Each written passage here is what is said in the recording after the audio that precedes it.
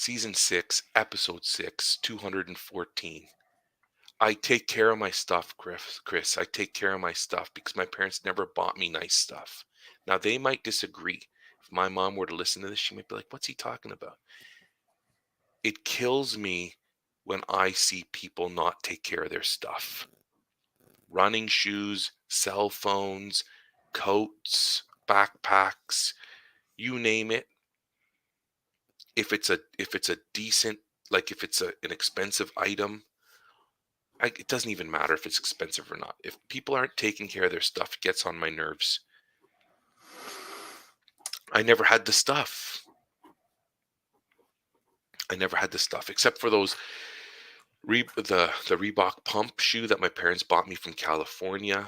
I think they felt bad because they went to California for fun and they left me and my sister at home, um, and my brother. How come I can't remember my brother? Anyway, and then my airwalks in grade 7 or 8. My airwalks were epic. So this is awesome. This is awesome. This is one of the with the how I know we're on the right track on a Saturday. This is how I know. You remember the way back in the day, one of our episodes we talked about the leaning in the doorway moment where you turn around in your classroom and there's a teacher standing there. Now that's it's kind of ubiquitous to me, like teachers, because I'm a cert, people are always popping in. But there was a time where and maybe there still is a little bit, there was something exciting. There was something exciting about someone just showing up at my doorway. It's like, I don't know, it's maybe like what it used to be like when you got, an email. You're like, oh, I got an email. Or maybe, the letter mail. It was like something interesting's about to happen that I didn't see coming. So you turn around, there's someone standing in the doorway. And then, I recognize my role as a cert. And I would think to myself, they're probably coming in to ask me about one of the students I work with, or they're asking for some support or something about tech. But it was the trigger about something was about to happen. That standing in the doorway, I feel like, was our on ramp, because we introduced just like this idea that both of us all of a sudden were like, what about this? What about that? What about this? What about this? And then you sort of dig into it and then you realize like, we're drowning here. We need to stop. Let's pull up. Otherwise we're not making it to the actual pod. So I love this topic because it started with just talking about, like running shoes and me recounting some of my experiences as a kid. And my family was very much, it was an off-brand childhood. Like we didn't have, and I'll say what I thought I should have, but what I got instead. So we didn't have Kool-Aid, we had Freshie. Okay. We didn't have butter, we had margarine. We didn't get so we didn't get Frosted Flakes, and this is an off-brand, but we would get like the no-name brand Corn Flakes. Okay. As far as things that I thought I craved, I didn't ever get Polo, like Ralph Lauren stuff. Sometimes if we went across the border in Niagara, we'd go to like the Rainbow Mall or whatever was there, and we would go to the Chaps discount store. So I would be able to go through, like, my idea of prestige items was digging through a pile of what looked like dirty laundry, trying to find that one shirt like you accounted for. Like, it's the worst green ever, but it has the little emblem on it. And you're like, I'm in. And the whole drive down there, you're just like, there better be something there. You're cursing the world at the same time you're trying to inject hope into it, right? Like, there's not going to be anything. There wasn't anything last time. There better be something there. This time, there better be something there.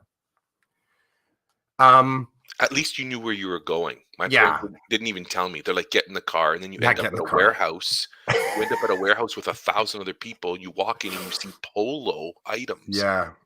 And as I told you, I'm sorry to interrupt, but I want to jump in with my jungle themed Polo shirt. Yeah. So they let me loose. They're like, go find some shirts. And bro, the place looks like a bomb had gone off. There's open boxes because the people working rip the box open, put stuff on the shelf and hang things up. There's nothing left. My parents, I think they purposely took me, like, at the end of the day sale. There's nothing left. It looked like a war zone, and I see this one polo button-up shirt off in the distance, and Yeah. I run to it, grab it, and I was kind of a little fat kid in my mind, so I'm like, "This'll fit." I put it on, button it up, and I see the polo emblem, I see the stitching. It's right there on my chest. Dude on a horse. What is no, no, it wasn't dude on the horse. It was just a I can't even imagine, I but I think get you. yeah, yeah, It's the symbol is right there on my chest. yeah. I'm like, "This is a friggin' polo." It's jungle themed, bro. It looks like somebody went on a friggin' safari. Mr. Ralph Lauren decided, "I'm gonna go on a safari, I'm gonna make a safari shirt." That's how he made that shirt. And I get it. And my parents buy it for me. And then I wear it. And my friends chirp me hard, but the chirps bounce right off because I'm wearing a polo shirt. Mhm. I'm sorry. This, here we go. Here we go. It's I coming see to me. you're glowing. You're glowing. Stay lit up. Go. Then we end up at some other point in time, we end up at another warehouse sale. I don't know how the frig they were hearing about these things, but this time it was for like cool skateboard clothing because Mm, they knew I used to skate. Again, I'm like rummaging through like the extra small t-shirts that won't even fit on my arm. mhm, And mhm. my parents, it's like they're walking around, they're not paying any attention to me. I finally find like two shirts that are like they're cool. They look different. They're skater shirts. They're like marked half off. It's like perfect for my parents. Perfect for me because I guess the world I'm living in is I'm not getting anything for a regular price from a skate shop. It's just not happening. Um, and I get these shirts, and then again, my friend's like, "What the f are you wearing?" Like it's a skater shirt, and they're wearing this stuff that's like right off the rack, premium in the store, no sales, nobody's fighting for the shirt. I'm like, this is my world. I had come to a point as a teenager where I was like, this is it. Like this is my world. And so what happens? What happens? I guess I retreated a little bit. I retreated.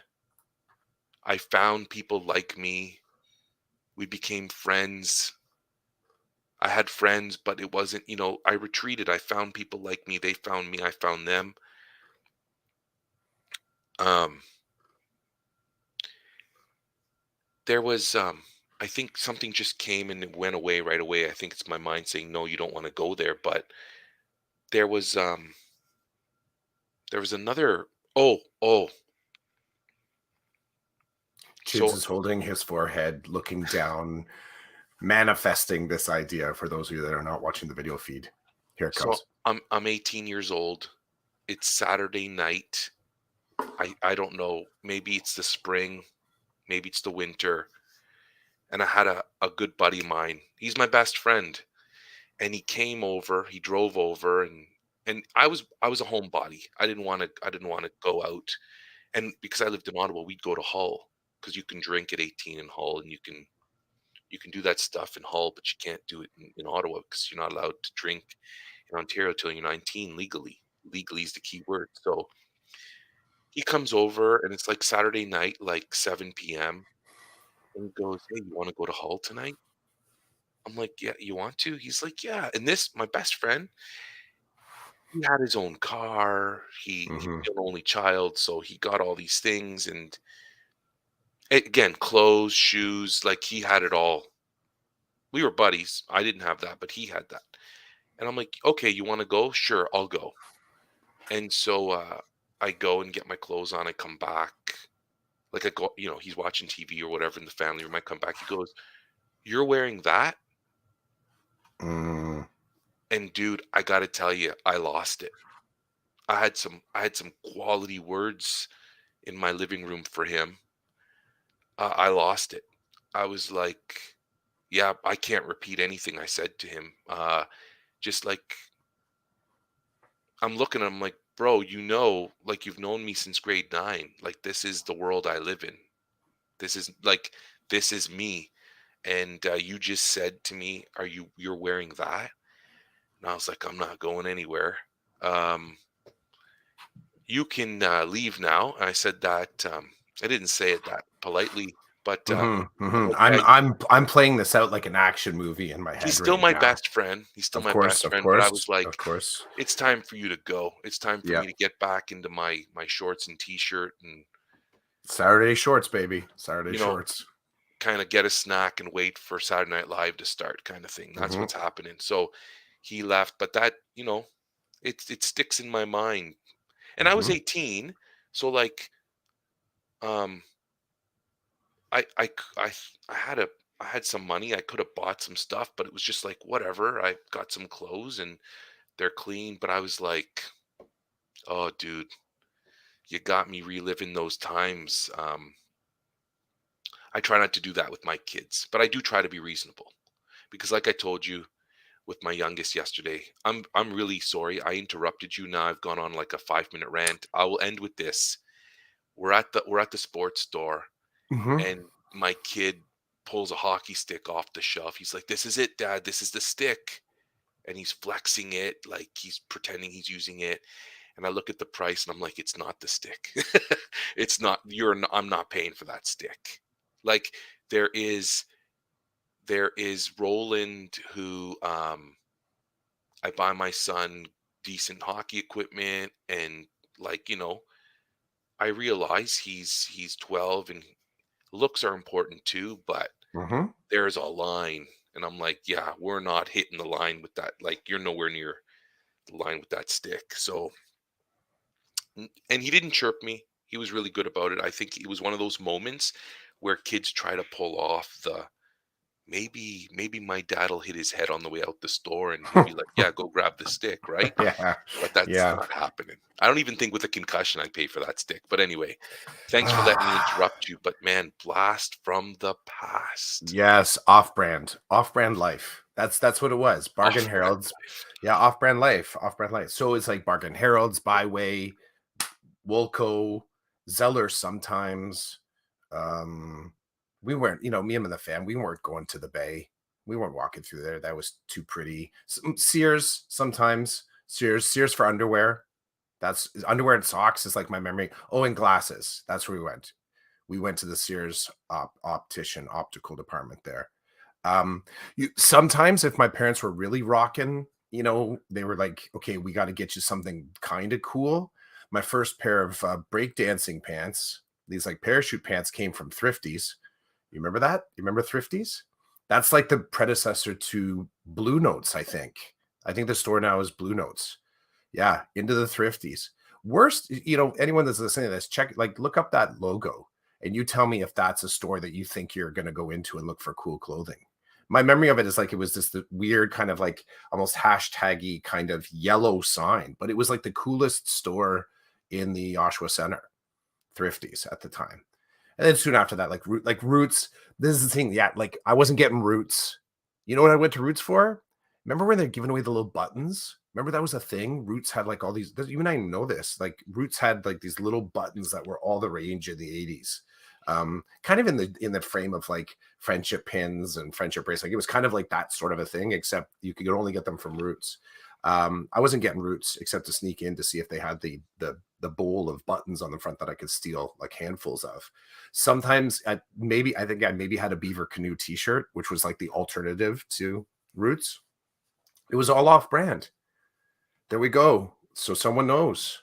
Dominique, I'm one of six kids. Off brand was life too. Exactly. And so to go back to that moment of the shirt, that back in the, shoulder deep in the bins, trying to find that one shirt that didn't say, and then sometimes on the tag, sometimes it would say damaged. Like it would be in with the things, like it would say damaged or flawed, like there would be something about it. And there would be even so that the Pilo shirts is like $10. And then there were the damaged ones that you could take an extra 25% off, right? Like it was those shirts. Here's my thing though, right? And I'm thinking back on these moments, it really wasn't, and this is no big aha moment, but this is, me thinking back and thinking about that pressure to have the thing that everybody had. Um, it was to be a part of the group. That's like really what I was craving. And there was also something in me that being a part of the group, I wanted to make someone feel. It was very strange because I couldn't. It was such a weird kind of mindset because I didn't get that stuff. And I didn't like the feelings of not getting that stuff. I didn't know who to project those feelings at because I was having some, some of my friends, their families just always got them the edge on brand stuff. I didn't have what was another thing I remember? I didn't get Irish Spring. I got like soap from Avon called like Irish Twigs or something, but it was like it was a near fit, right? It was a near Irish Twigs. I know there's no such thing, but that's what it was. My mom would like, and I think she was maybe even selling Avon at the time. She's stealing from her own inventory, right? She's bearing the cost. Irish Twigs. But it was all like that. All of it was like that. You walk around the house, like at a distance, you're like, whoa, look at that. But the color on the thing was just a little bit different. The font was a little different. And then you pick it up and you're like, oh, Tom Hootens, right? Like it's not the action. How's that taste? It's like, mm, mm, mm-hmm. That's coffee, right? So you kind of, but it wasn't the same thing. So, but here's the thing: I had these emotions. I had these teen emotions of wanting to be like the crowd, and my access to the crowd. One of the access points to the things that I aspired to were these items. I wanted the items. Tom Hootens from Decoded, yeah.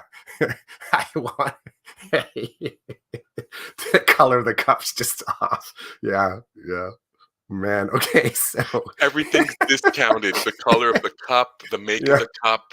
It yeah, even says somewhere on the bottom in small print, Tom yeah. Hooten's Tim's long lost cousin or something. Something, Like, something, yeah.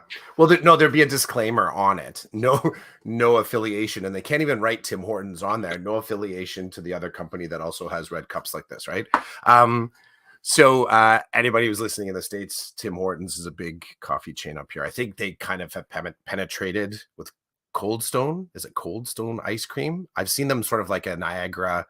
Anyways, Tim Hortons coffee. So I wanted the stuff. I wanted the connection. I wanted to be a part of the crew. I wanted to be in the in group. I wanted to be in there, but at the same time, I also wanted to be identified as part of that group. I wanted that inside outside. I wanted to make someone like me who didn't have those things feel like I felt right now. That was my revenge plot. I actually wanted the stuff, and at the same time, the way that I could sort of take pleasure. What was that? What's that word? Oh, German word. Hmm. German word where you take pleasure in other people's pain. I'll have to look it up. Maybe Dominique knows it. Fra fra fra I'm surprised you're not looking it up. I will in a second. I gotta get through this Okay. idea though. It's taking it too long. Sorry. Oh, Schadenfreude. Schadenfreude. And it's a word where Schadenfreude, I think. So it's the state of mind where you take pleasure in other people's suffering. So what I wanted to do was induce that in somebody. I thought that the best way for me to feel better was to make somebody feel like me. So if I had the stuff, I would also have the stuff. I'd be in the group and I'd also be able to do to somebody like me what's being done to me right now. Such a messed up mindset because I realized when I had the stuff, of course, it didn't. If I happened to get that polo shirt, that one polo shirt amongst all the Tim Hortons items, sorry, was it Tom Hootens? All the Tom Hootens stuff that I had, all the off-brand stuff, there'd be the one shiny thing that was on brand. But I never felt like that was enough to match up. Right? It was never because that one thing was the exact emblem of where my family's kind of social and financial standing was. Like nobody in my family had the money to do that. We had kind of like we had the Omni Horizon. We had a Buick. Like we were sort of living in our first sort of semi-detached house. My parents worked long days. I was a latchkey kid. Like everything about it wasn't a lifestyle where I was getting tons of stuff, yet I was still compelled to want lots of stuff, right? The power of marketing. So off-brand life. There were some non-compromises though. Like we never had no name brand macaroni and cheese. They wouldn't do it. They wouldn't do it. So Katie I had to be hear you. Katie. I hear Yeah, you there. For me, it was okay, so anybody who would appreciate Middle Eastern food, my I do. parents Hands up over okay, here. fair enough, but when I Yep. was a kid and a lot of people didn't, and I wasn't having them over either, right? So, but now that I look back, anybody who would appreciate made from scratch, real deal Middle Eastern food, my mom was rocking it. There was no compromise there. No compromise. Like, so when did I realize that? When unfortunately, when I was older and like my father passed away and we had people over and my mom was doing stuff and I was watching people eat this food like it was they were like, this is the friggin' best thing ever in my life. And I'm like, where have you been? Like, this is my everyday. And then like holidays when we'd all go to my mom's house and like she'd invite my friends over and we'd just all be there eating and everybody's just mowing down on the food and they're like literally like just taking it in looking around like is anybody going to take this away from me because please don't. They never skimped on that. They always they always my mom always made that happen. Even though I remember, like, going to the grocery store and my mom had 8,000 coupons, like, Saturday mornings were get in the car and we'd go from store to store to store. And, like, it was IGA, A&P, like, Bargain Heralds, like, Giant Tiger, and she had coupons for everything. Like, I don't and there was no like me looking at the desserts and being like, "Can we get that?" No, it was I knew Mm-mm, my place. You mm-mm, keep your mouth shut. You mhm. do what you're told. And I told you, like every now and again, she'd grab an apple pie. That's so I can't. I do like apple pie, but I don't want to eat it anymore because apple pie and black forest cake.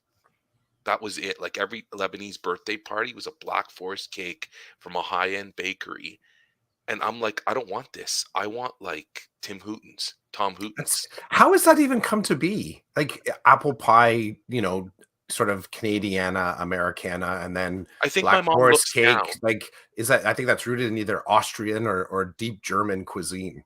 Like, how does what's the crossover, eh? I'll Like, tell that's you fascinating. because grocery store, anything that's on sale will come Mm, home, mm, right? So, the apple pies are, like they're everywhere. You can they find are. an apple pie anywhere you go, so it's like, that apple pie is discounted by 50%. So, if we're getting anything good, it's gonna be that. Mhm. And so, that's, like I told you I didn't eat pumpkin pie until I was like 18 years old at a friend's house. Had you And ever I'm had pumpkin, though? Had you ever had pumpkin or, like, that's like a squash or, like I don't remember if I did. I don't remember okay. my mom making squash or whatever. I Probably don't know. not, I because I don't Lebanese know. people don't eat squash. That's what I was wondering, So, like, if that yeah, was is that a heritage vegetable or, like, is no. that something that pops up in meals? No. No. Eggplant, stuff like that I never wanna eat in my life, that's the stuff we're eating, but so the apple pie is pedestrian and on sale, and you can Mhm. find it everywhere, so I'm sure my mom got it for at A&P. They probably gave it to her for free. It was Yeah. like, "Buy 2 of these and get a free apple pie." So and then the my idea, and I don't know if it's accurate or not, of the Black Forest cake is you go to dude, if you go to any high-end Middle Eastern bakery, they always have Black Forest cakes. I don't know why. I don't know what the I don't even know if they call them Black Forest, but they sure look like them and taste like them. So, Mhm. it's just, I think, a high-end cake. I guess the Arabs respect the Germans with the Black Forest cake, and so I remember being, like, old enough to think I was cool, but I wasn't, and walking into these parties and being like, "Ah, here we go again." Friggin' Black Forest cake. Like, can't somebody just get a white birthday cake from the grocery store? I didn't even know Mhm. that existed.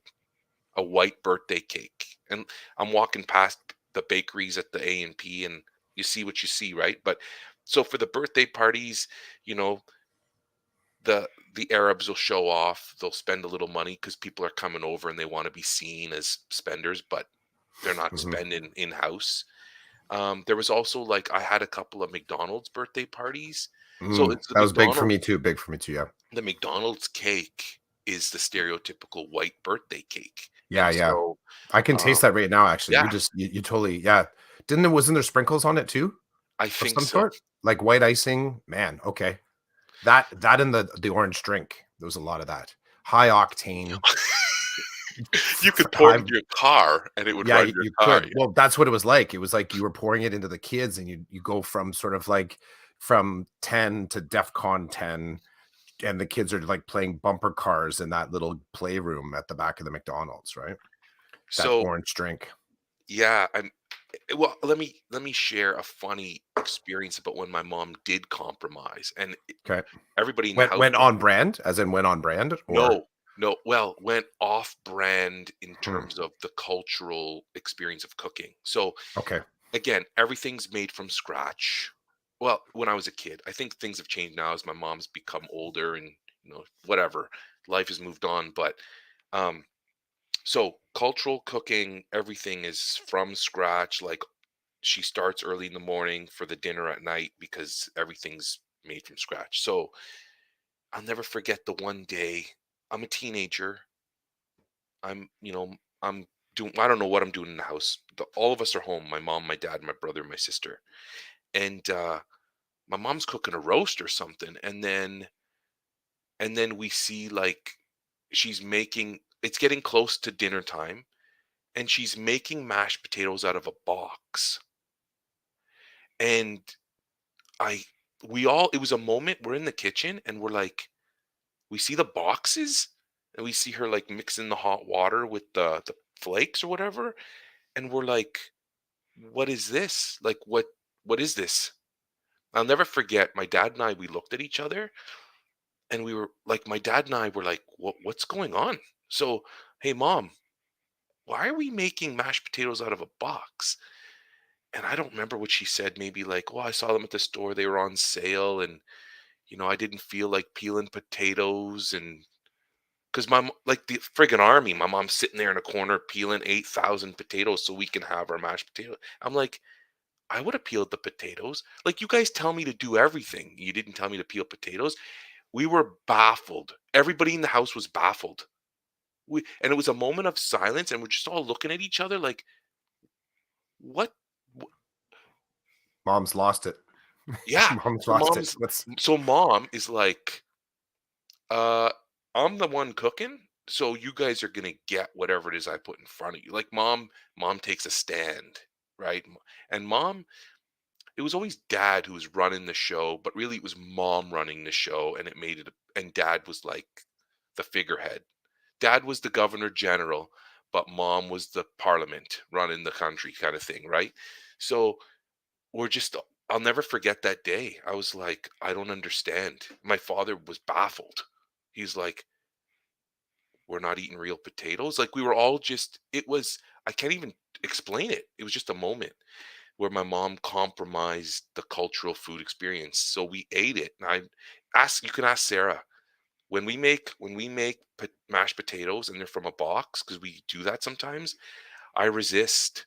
I might eat just a little because we made it, but I'm like, this is so wrong. It's just wrong. Um, I remember my mom doing that. And now my mom, it's hilarious. Now when we go to visit, my kids will be like, "Hey, do you think grandma bought like, drumsticks, ice cream drumsticks from Costco?" I'm like, "Go look in the freezer. I don't know." And then once you find what you want to eat, make sure you talk to grandma and you ask if you can have some, or talk to your Uncle Robin and ask him if it's okay if you guys can eat it or whatever. So now my mom's just like she's buying all this like Costco this and Costco that, and it's all relatively decent stuff. And now when I go home, I just want to eat my mom's home cooked meals, right? And then my kids love it. My kids love it. So whenever before the pandemic, when we go to Ottawa, I'd always say to my mom, "Okay, mom, we're here for like 4 days. What day are we having dinner with you? Like, what day are we just staying home and hanging with you?" And so we bang that out. And again, she's cooking all day. So we have a really good dinner. And my wife is always like, "I don't know how your mom makes the salad. I don't know how she makes the dressing. I've watched her 1,000 times. She doesn't use any measuring cups, and yet it tastes the same and tastes great every single time." I don't know what to tell you. I don't know what to tell you, but I wanna tell the pumpkin pie story, but I want you to jump in. Oh, it's just so that exact same moment, so that exact same moment that you're talking about, the mashed potatoes, plays out a little bit different in my memory in my house. So my mom's my mom's half of the family's Polish, so lots of traditional foods coming out of that background, right? And my mom knows and knew how to make those sort of things. And often, right, there's labor. There's a lot of labor involved. Um, the closer you are to using raw ingredients, then of course the ingredients can be it can be cheaper because you're in more control over the raw ingredients and they can be better for you because you're in control of the raw ingredients. But typically there's less room for mistakes because you're making all the decisions, much like how you're saying, the salad dressing, right? How does that happen? If I did that, it would taste terrible. How are they doing it? Just by knowing, the power of knowing, right? So there was a lot of that, eating my mom's food and then eating her mom's food, my grandmother, and even my grandfather. There was maybe there's the same in your family. Like, yeah, my grandfather was that person, kind of like the face of the family, but the management and government of the family was my grandmother. But he had a couple dishes that only he would make. And that's, there was one or two that were like, I imagine my grandmother could make them. She was just like, "Okay, Johnny." That was my grandfather's name. "Go ahead, Johnny. You do that." So there was a pork dish that he would make. There was another potato dish, like these fried potatoes he would make. And if that was part of it, you just knew as you're scanning around the table, you knew the one that right that my grandfather had made, and the other 90% of things that my grandmother made. Now, what was interesting about that, remarkably, is how much people would fawn over the like one item that my grandfather made. One item, the rest of the table, like the other 99 things, my grandmother made. But everyone was like, "Oh, Johnny, these are the best potatoes. You always do such a great job with the potatoes." And I could see my grandmother at the other end of the table just looking at everybody like this. So Clough staring out at the camera in the most deadpan face, and then sort of go back into the smile, right? Like, this is the family. We're together for dinner. But remarkably, that's how it played out. Somehow that was a huge deal that he fricking fried up some potatoes. They were delicious, but really, that relative to everything else doesn't really measure up. So this idea that, but the mashed potatoes got me thinking, because in my family there were items that my mom would make. So if I use the example of the mashed potatoes, um actually I'll use a different example altogether because I remember this. So we didn't get orange juice. Like, that wasn't the thing. Orange juice did not arrive in our house. We had Tang, right? NASA constructed orange flavored drink, right? It's so we had Tang. All Have you ever had Tang? Yeah. I have, but not at my mom's house. Yeah. So we had Tang. So orange juice would show up like a surprise, like I was talking about. I don't remember if it was on the on ramp. That delightful visitor that you didn't know was coming, but you're happy they're there.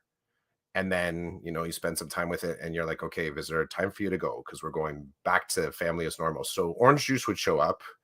Orange juice would be welcomed into the house. It'd be like all drank within two. Like, Tang would sit in the fridge for weeks. The orange juice is drank, gone. We're having orange juice at breakfast, orange juice at lunch, orange juice at dinner. And the whole time, I'm thinking to myself, is this a test? No joke. Is this a test? Because one of the reasons that off brand stuff was bought was because that's where economically we were. We always had like tons of food, but it was just never the branded stuff because you have your Wonder Bread, and then you have the IGA bread, and you kind of say it's bread. And you look at the Wonder Bread and the packaging, and you sort of say, well, I can pay 99 cents for the IGA, or I can pay $1.99 for Wonder Bread. So in my family, it was a no-brainer. You want bread? Make yourself a sandwich. There's tons of food in the house. It's just all off brand.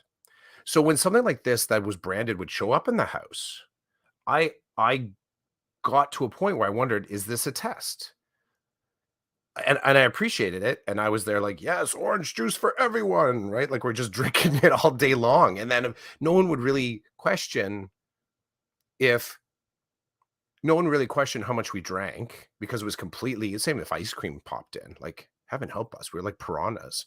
It wouldn't even matter, like, and that was one of the items, like, ice cream just as a food, we rarely ever got like seal test. It wasn't any of that. It was just like it was the big tub, like that's kind of as big as a tree hug. That was like Neapolitan with the vanilla, the chocolate, the strawberry, and you sort of ate it, and you're going, okay, it's cold and sweet, and then it melts on your tongue, and you feel like you've just eaten frozen butter. Like it wasn't great ice cream, but that was one thing that was non-branded ever. It was the item that would be consumed the same way. Ice cream for breakfast. Like it would be gone. But I always felt like it was a test.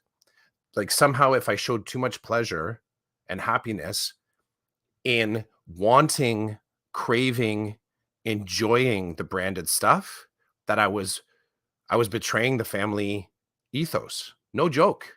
No joke. And that somehow I was saying that what was being provided for us was not good.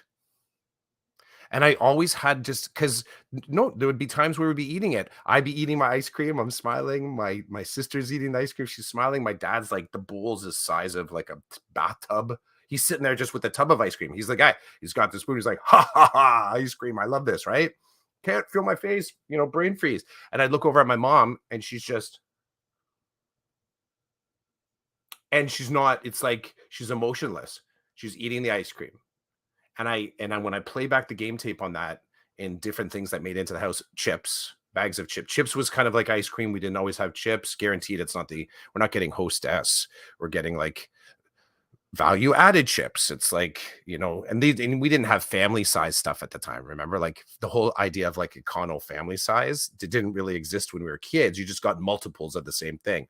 Um, there were a lot of things like that as I'm eating them, that I had the sense of I should not enjoy this because we don't normally get this. And the reason we don't normally get this is because this is too expensive. This is extra. And by showing that I'm enjoying it, it's suggesting that I really don't get the economic reality of our family, even if it was a sale item, because it was still an outlier, right? So that mashed potato moment plays out very differently for me because I felt like it was a test. I failed it every friggin' time. I'm telling you flat out, I failed it every friggin' time. Like I said, ice cream and orange juice every friggin' meal. But I felt the scrutiny. I felt the scrutiny. And it was kind of similar at my grandmother's house too. That stuff didn't make it in. Very rarely was there packagey kind of stuff. One or two things that they were very dedicated to brand items.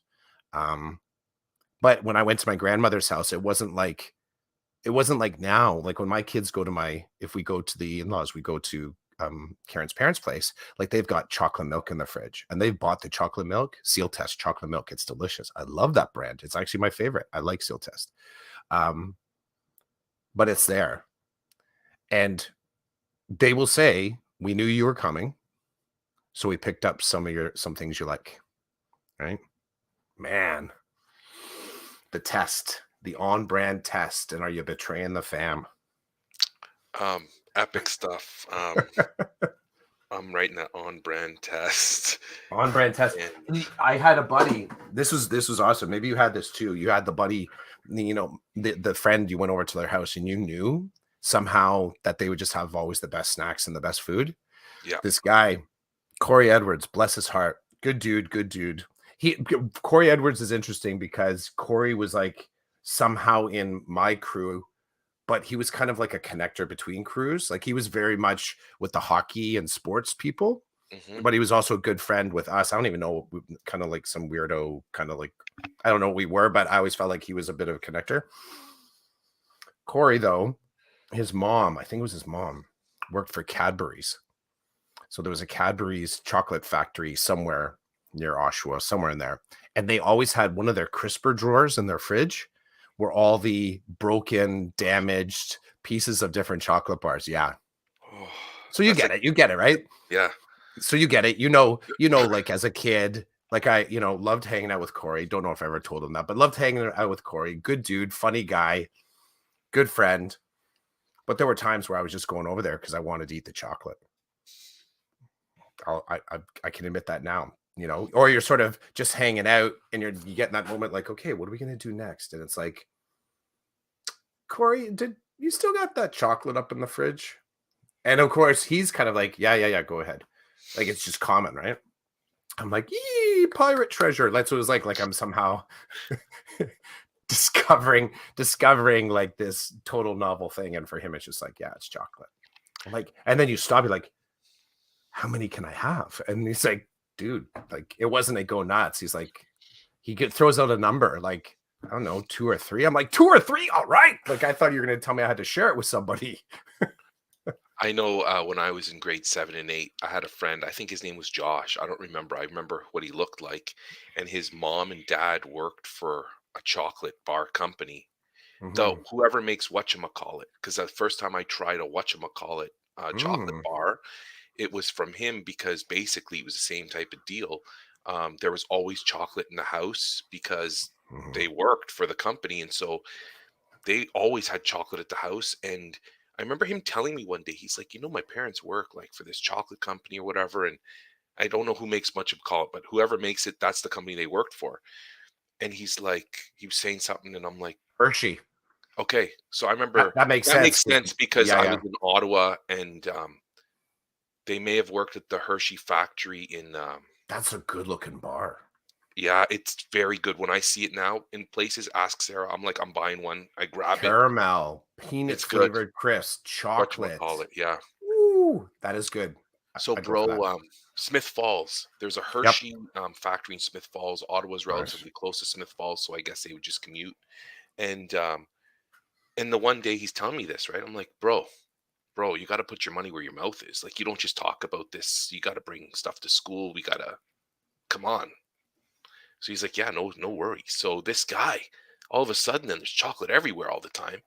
And I'm like, this is epic. He was a nice kid. Like, he wasn't my best friend or anything, but he was in my classes. His locker was right beside mine. And every now and again, I'm getting a whatchamacallit bar. And I'm like, bring it. I'll eat that. No problem. Yep. Um, okay. I love everything you said. Um, I love the moments that we're tapping into as time occurred. I don't know if I had the on what you call the on brand test. I don't know if I had that, but I will tell you some things I had that were very interesting. So, as you're talking about the ice cream, my best friend who lived not too far from my house, I remember in the summer, um, both him and I would eyeball he lived close to an A&P.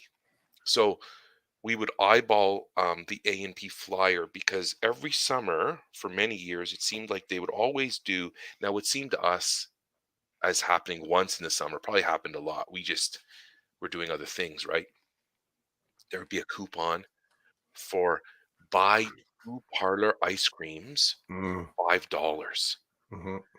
And we'd cut that coupon out, and I'd go to his place. So I'd take the bus to his place, even though he didn't live that far. I'd get on the OC Transpo with my bus pass, get to his place, and we would skateboard to A&P.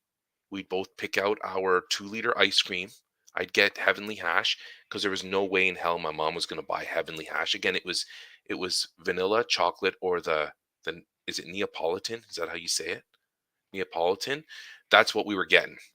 It was in Parlor. It was probably the no name brand or whatever. Okay, so again, uh, I guess I'm in intermediate school between 7 and grade 10, I guess, and we buy our ice cream. So for 250 for that thing, right?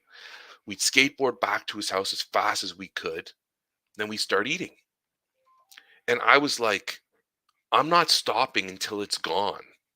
Like I'm not I can't take it home because I got to ride the bus home. I can't leave it in his freezer because even though he's my best friend, he would have eaten it.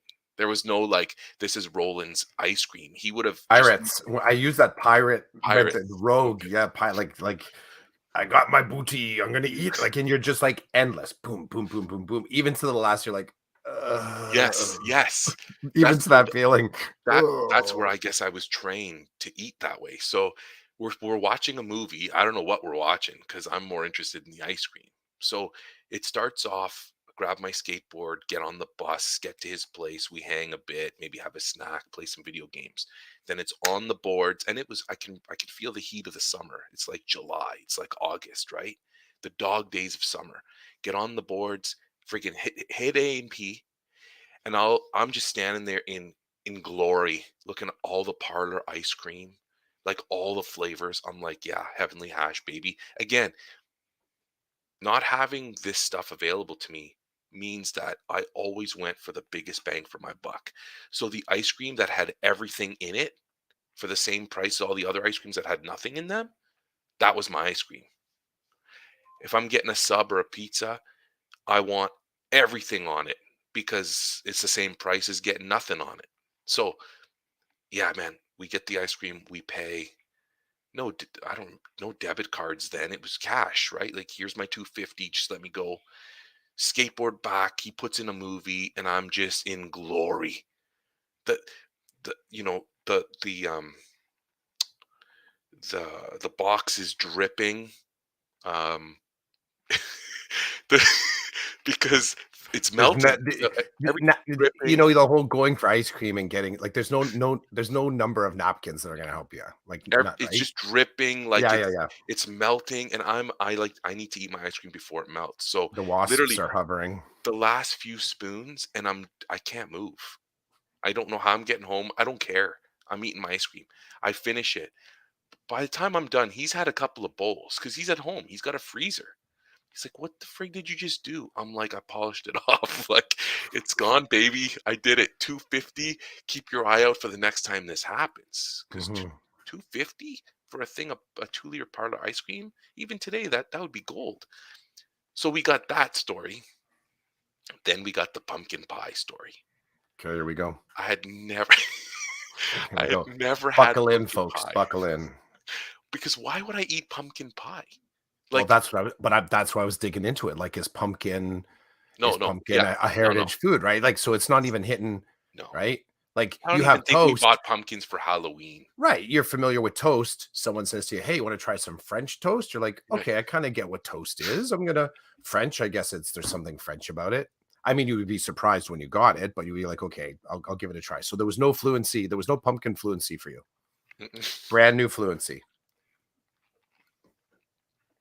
I shouldn't have The ye- taken a sip of that's water right. when you're going down the fluency That's road. right. The year is 1989. I'm 18 or 19. Thanksgiving just happened. A bunch of us go over to this one guy's house to hang. So we're in there watching TV, we're hanging out. We're like, "Dude, we're hungry." He's like, "Okay, like, go to the fridge, get what you want." I open the fridge and I see like 3 pies. I'm like, what kind of world are we living in here, right? All 3 are pumpkin. So Oh, I'm like, "What is this?" He's like, "It's pumpkin pie." I'm like, "What's pumpkin pie?" And now it's on because all these guys are like, "Roland, come on." I'm like, "No, like, I don't know. I don't know. I've never had pumpkin pie. Why? Where would I have gotten it from? And why would I have gotten it? Because to me, a pumpkin isn't going to taste good. I don't care what you do to it. It's like I see the pumpkin, and then I see the pumpkin pie, and I'm like, yeah, this doesn't work. Even though, how funny is this? Even though, like, they're being sold like crazy at this time, everybody's buying them, and I'm the only one in the world thinking makes no sense, even though I've never tried it. So they're like, well, we've got a lot of it if you want some. I'm like, okay, boys, this is it. I'm gonna try pumpkin pie. So there, I never forget. Everybody got up from the TV room and came into the kitchen.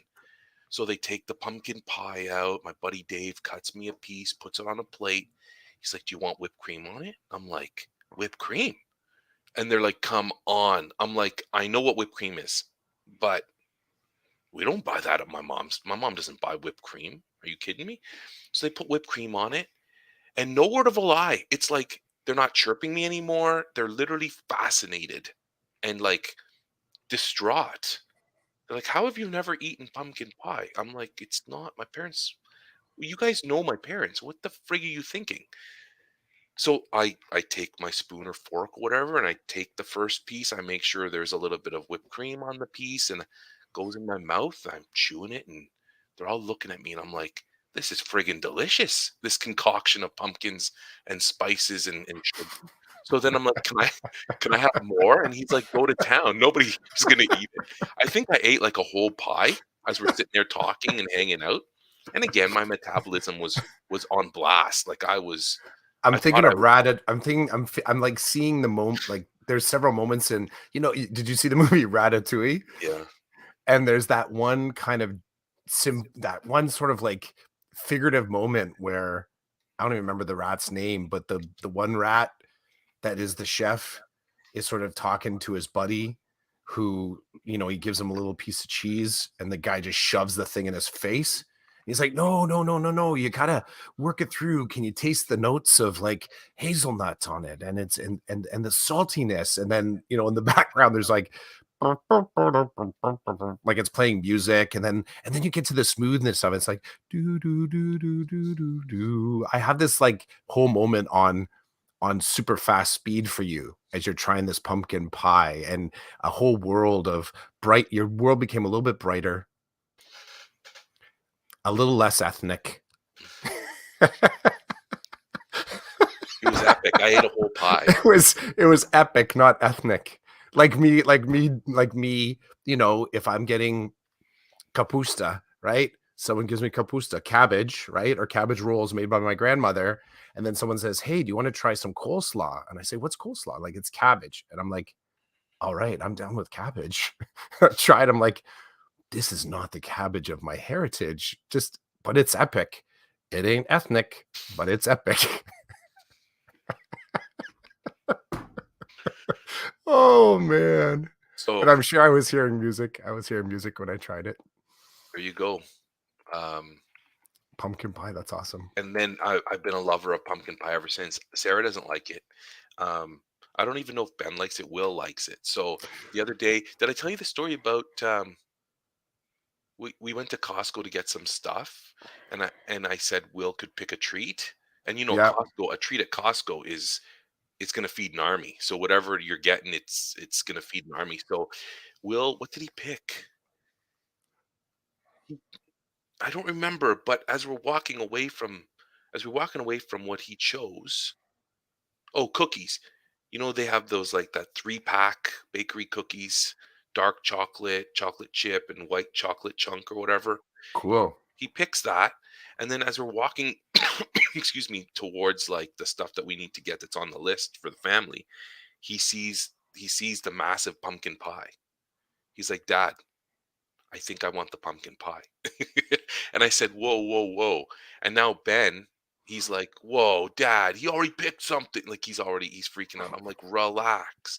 I say to Will, "Will, only you and I are going to eat that pie."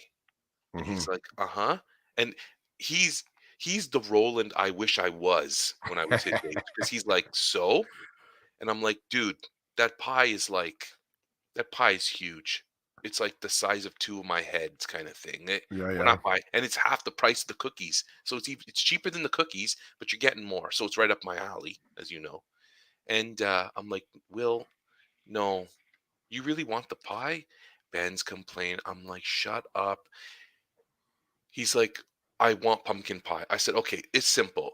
Get your cookies and then tell mom that you like pumpkin pie, and she'll put it on the grocery list, and we'll buy a normal pumpkin sized pie, and that the two of us can enjoy over like a couple of days." He's like, "Okay." Now he forgot to tell mom about that, but yeah, it's like he sees this pie and he's like, "I want the pumpkin pie." I'm like, "Bro, that's the pumpkin pie we bring to a potluck for your hockey team, not what we bring home, because I know what's going to happen. He's going to have a couple of slices, and then I'm going to have the rest of it, right? which I'm going to have the which rest of it." which is not a problem. It's a good problem to have, but I'm going to side with you, as a midlife dad. You don't need that much pumpkin pie, like, right? Like, is that the thing? Like, you just don't need to eat that much. It's too much. I don't know. You go different. I think I would do it too. I would absolutely do it. I've really tried to curtail my eating off of other people's plates mentality. I'll finish it. I'm trying to stay away from that these days. Holiday weekends are difficult. Um, but yeah, the whole "I'll finish it," I've tried to walk away from it. If the next time, if you're ever loading up or whatever it's called, with Jake, ask him if he likes pumpkin pie. Okay. Yeah.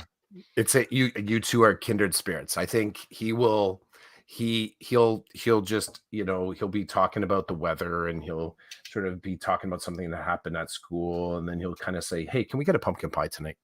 Like he just kind Yeah. of he throws it in like he does small talk, except his version of small talk is, "Can we get pumpkin pie?" And I can actually see him saying it. I can see how your son would roll that way. I Yeah, yeah. get that. He's a fan. He's a fan. And I'm kind of surprised because I would say in the world of pies, it's kind of mysterious looking. Like you look at it and you're like, you don't know what that's going to taste like. You really don't know. I mean, you can look at the crust and go, okay, crust, it's either going to be kind of salty or sweet. But you look at that kind of like off brown, orangey, slightly set pudding kind of a look. Like you got to be doing there's some risk taking there, like to shove that in your face. Like for me, I look at pumpkin pie filling and automatically think of like dirty diapers. Like I think of like that's what it.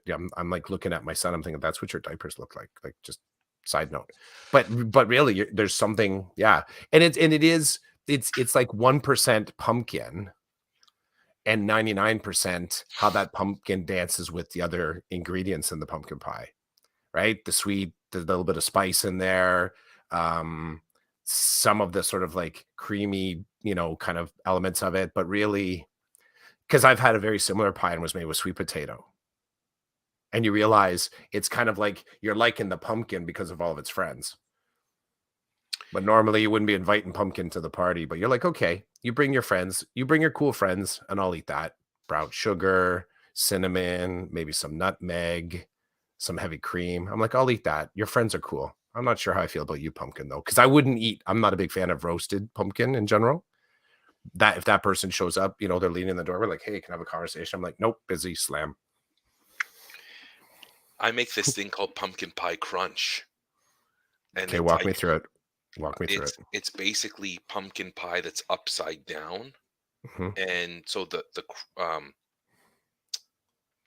like the crust is on top, and mhm, it's cake mix, golden cake mix mhm, with butter basically all over the top of it, mhm. and then underneath that is the pumpkin pie mixture, and it's delicious hot, it's delicious cold, it's delicious with ice cream or whipped cream on top.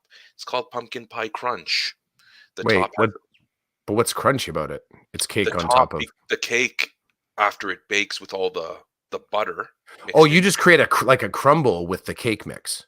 Yeah, so you literally take Okay, the now I cake mix gotcha, and you gotcha. pour it on top of the pumpkin pie concoction, and then Yeah, when you put the butter, the melted butter on top, it crisps up. crisps up, but enough that it's crispy Mhm. on the top, but then a little bit softer on the inside, and then you got the pumpkin pie All mixture right, underneath. I I gotcha. It's found like it in a a cookbook. flipped over tart. Yeah, like a flipped over tart, kind of I like a flipped I over pie. well, it's a flipped over pie, and my No actual pie family dough, loves it. though. You don't put any pie dough in No, between. no pie dough. Gotcha. Okay, I like Pumpkin it. pie crunch. I found the recipe in a cookbook at school one day, Mhm. copied it, made it once for Thanksgiving, and now the family is like all over it. My sister-in-law, actually, for her birthday one year, I made her a whole pumpkin pie crunch just for her birthday. So are you buying like canned pumpkin and then just putting the stuff into it, like your egg and your spice and your sugar? Like it's just the filler, and then you that's it? Yeah, so it's like pumpkin puree, Yeah, yeah. and then yeah, like you said, eggs and other the Cool. nutmeg and the cinnamon, Don't mix give it away all the up. quantities. Sorry, You I'm don't not want gonna. the Dad, don't give away the quantities, just the ingredients. Let other people figure it And out, right? That's there's other that's per ingredients in there too that you wouldn't imagine would be in there that are in there, but I'm not gonna say. that's right. That's our new sub company, right? Decoded desserts, Yep. Off-brand baking, baby. off-brand baking. baby. Hey, Dominique said something about an hour ago. I'm going to put it up now. Put it up. First time my brother hosted a holiday, he made stovetop stuffing. We were all shocked because we always made it from scratch. Okay, so I'll just say I'll go right at the we or the brother always made it, right? Wait, showed up with it. Can you put it up again? Just a quote. Wait, he showed. No, he made. So, the well go, brother, if it's brother's responsibility to make stuffing, you make stuffing how you want to. That's a good one though, because really one of the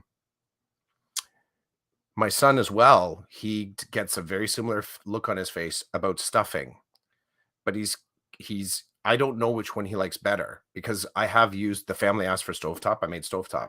I'm like, okay, whatever, I'll do stovetop. I've walked away from that. Any listeners just jumping in, but like I've walked away from that chef's ego. My family wants to eat something, I'm gonna make it as best as I can. Fine, we'll do that. You want stovetop? I'll do it. So I've tried to kind of like hack stovetop and make it more like the version that I make, but like buying a good bread and then cubing the bread and then toasting the bread and then seasoning the bread and then doing your saute of vegetables with all the herbs and flavoring in it. And then I like to put either cranberries or apricots in it, like dried, and then sausage, and then I'll bake it. So that's like I have a version that I will make. I'm not sure he likes that one, but he does like stovetop. He does like stovetop. So I get Dominique, I get that. It can be surprising. Stovetop's delicious too. It's delicious too. It is. It's, tang, orange juice. The thing is, here, so perfect here. So Dominique just highlighted what I said. Epic, not ethnic. Everyone's watching. You're like, this is a test. Wait, is this a test? We've made stovetop. Is this a way to remind us of what's important about food to make the regular stuffing? Everybody's putting that in their mouth. They're hesitant to put it in their mouth. They don't even want to smile that it tastes good because it's somehow betraying the spirit of the stuffing. It's got to be made from scratch, but God damn it, I love the flavor of this stovetop, right? It's confusing. It's confusing. Do you like stovetop? Have you had that before? Yes, I have had stovetop. I do enjoy it.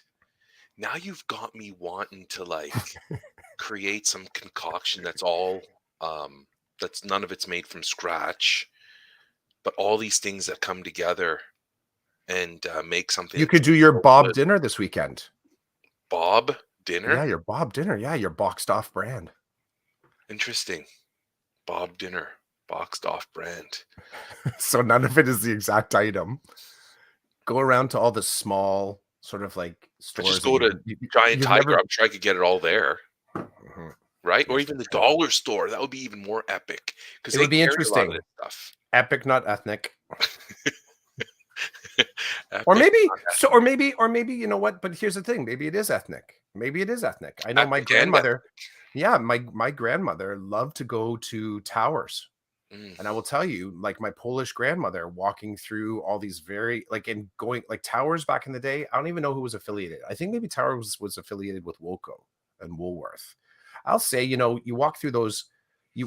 We would go there, my grandmother and I, to eat, and she went there because she liked to eat the fish and chips. Now, traditionally, fish and chips is not a Polish. It's not traditionally a Polish kind of approach. Sure, they fry things. Sure, they have potatoes, but to sit there and have like a coleslaw, tartar sauce, a fried piece of halibut, and thick steak cut fries, like that's not the thing. But that's what she would go there to eat. So we would go to Towers, and it was me going to my grandmother's house. It's supposed to be pierogi. It should be a mushroom stew that they made, boiled potatoes with dill, maybe some butter. Like I knew when I was going there that I was like stepping into your mom's house the way that she cooked. Like I always felt like your friends coming over to your house for dinner because my mom didn't often cook like that. So I'd arrive at my grandmother's. I'm like, this is awesome. Like so much just great food. And then she's like, let's go to Towers. And I knew when she said that, she's like, she's going for the fish and chips. So we'd be going there eating these very non and chocolate pudding. Like we would get the chocolate pudding. She would have rice pudding. Rice pudding, I mean, you can sort of swing that and you can swing that through different ethnic backgrounds, different versions of a rice sort of dessert, a sweetened rice. But definitely, maybe it becomes ethnic because the Polish grandma says this is what I'm going to eat. Maybe that's the access point. Maybe that's the point that you see kind of overlap in cuisines. and it becomes ethnic because someone who identifies as identifies a certain way, it becomes so those mashed potatoes, maybe I wonder, it would be interesting, like if your mom had any sort of cultural confusion by doing the boxed potatoes. My grandmother had no cultural confusion about going for fish and chips. It was something she would never make at home, but she craved it. Like if I said it to her when I was there on the weekend hanging with her, she's like, let's go. Let's go. She loved it that much. Here's what I like to think. I should ask my Mhm. mom, but she's gonna probably laugh at me and just be like, I don't know, I don't remember. I can imagine my mom being at the store buying the food and then looking over and seeing this boxed mashed potatoes and being like, okay, well, it's on sale. 2 or 3 boxes will feed the family at this meal. I don't have to spend, half an hour working on potatoes. Like I could just, but it was just weird to us because we so badly, well, not in this case, like we so badly wanted to try these different things, right? Like, would it have killed them if they bought a box of Pop Tarts for us to chew on? No, but they weren't going to do that. Um, and then my mom goes and gets boxed mashed potatoes when all of us are like, clearly we're more interested in eating the real potatoes. Mhm. Um, it was just backwards in a way that she was getting something convenient that none of us liked when she could have been getting us something convenient that all of us liked and never did. So, like, Yeah. even they would buy a case of 24, a pop case of 24 Coke, and See, we got RC. We got RC okay, cola if we had so it, we yeah. actually got Coke. It must have been on sale, and it would be gone in a couple of days. Yeah. Me, my brother, and my sister would just drink and drink and drink, and then my Mhm, father would go to get one, and there would be none left, and we'd mhm. hear about it, and we're like, "Well, what did you expect? Like, you never buy it, and then when you do, what do you expect's gonna happen?" So if did your would so in this you can't go back and do so, um, there wasn't a lot of so this is a memory. There wasn't a lot, ever a lot of, like my grandmother's house, there was they did have parlor ice cream. You mentioned that, that was a thing. That was their brand. That was the brand. They got parlor ice cream. Don't know if it was on sale or not on sale. It's where I first met, mint chip, Mm, and, they would never buy vanilla, mint chip or strawberry or black cherry, sometimes black cherry. So between those 3, there was never chocolate. It was one of those 3. And it was parlor. I can remember that Kraft peanut butter was the thing, and it was always kept in the fridge. It was always kept in the fridge. I remember that as well. Cracker Barrel was the cheese, and then everything kind of gets loose after that. Like it could be a lot of stuff was in grocery kind of packages, so it was stuff that was brought home in its kind of like in its primary state. What I did notice is that okay, so when they would invite, so my grandfather as the face of the family, he was involved in deeply involved in the Polish community all around Woodstock, Ontario, is where my grandparents lived. So when we go and visit, it would be just as likely that we would be visiting as it would be a bunch of their friends, and they'd come over and play cards. And I will tell you, when they played cards, the food that was laid out was all prepared food. They weren't pouring, there might be a bowl of chips, but that was sort of in the kids' room on the table for the kids. At the table, there was like sliced up chunks of meat. There was pickles and pickled vegetables. Herring was a big one as well, pickled herring, boiled eggs, and they're sitting around playing cards, drinking, and eating this food. And I wonder, I don't know if you have the memory, like they never brought out, and then it would be sort of like like a strudel or a streusel for or these cookies or these Polish cookies that would be put out at the end, right? Um, that branded bag stuff never hit the table when they were hanging with their crew. And I think back, and I'm now sort of like, as we're in this epic, not ethnic, or ethnic, not epic episode, I'm wondering about the pressure to conform and what that was like because they were all first generation Canadians. And the idea of being able to maintain, your cultural background was strong with all of them, right? It was Polish vodka that was at the table. They were, plum, like they're not buying orange juice, it's plum juice in the fridge, right? Black cherry, like they were bringing their traditions to the table when they socialized with each other. And this moment of mashed potato for your mother, I wonder how that would be perceived by her peers and what that conversation would look like if I don't know what the equivalent, like my grandparents, it was very much about coming over to play cards. They would play rummy and they would play poker all hours of the night. Whatever that social moment, I wonder what that pressure, what that sentiment would be like. I get the economical agency, 2 boxes, 3 boxes, feed my family. But I think there's probably a little bit of heartache in it. There's a little bit of heartache in it. Um, I don't remember any time that bowl of chips from the kids' table ever making it to the card table. Never. Would one of them kind of walk in and grab one? Yeah. And we're like, hey, those are our chips. Leave us alone. Whereas we're watching TV, right? But they would never make it to the table. The reason that I didn't like them taking chips was one time I took a chip out. It was always plain chips or sour cream and onion. I took it. I'm like, oh, this tastes like fish. Is because my uncle Chester had just had a bunch of herring. He's like, blah, blah, blah, blah. And he comes in, he grabs a handful of chips with that herring, vinegar, pickle juice all over his hands. I'm like eating a chip. This is long before I liked dill pickle chips. And I wasn't a big fan. I'm still not of pickled herring. And the onion, it's a heavy, heavy flavor. I can't wrap my head around it. But anyways, I put this plain chip in my mouth. I'm like, ugh, who spit on? Like it was slightly wet too, like because he had just reached it. So yeah, we were defensive with our chips. Sometimes I can remember my cousin. I don't know if it was my cousin Corey. He said we need to put a few in a bowl. I don't remember if it was Corey or Matthew, but and I'm thinking like the bait bowl. You put that bowl off to the side. The adults come in. You eat from that bowl because your fingers smell like herring. Disgusting. Heartache, your mom making mashed potato. So now I'm gonna need to connect with my mom this weekend and ask her about that. What you saying about your Uncle Chester and the chips reminds me of many years ago at Sarah's parents' place. Her father, so her her father put out like a fruit platter for us, and as we were eating the fruit, um, we were eating chunks of pineapple, and somebody said that the pineapple kind of tastes garlicky. And we were looking at them and we're like, "What's your problem?" Like, so we're laughing, joking. Then we find out that Sarah's dad had cut up the pineapple using a knife and a cutting board that he had cut garlic with. Yeah. And so to this day, it brings us great joy to recall the garlic pineapple because we were like, there's a hint of garlic with this pineapple. What's going Yeah. on? And then we backtrack and we discover what happened.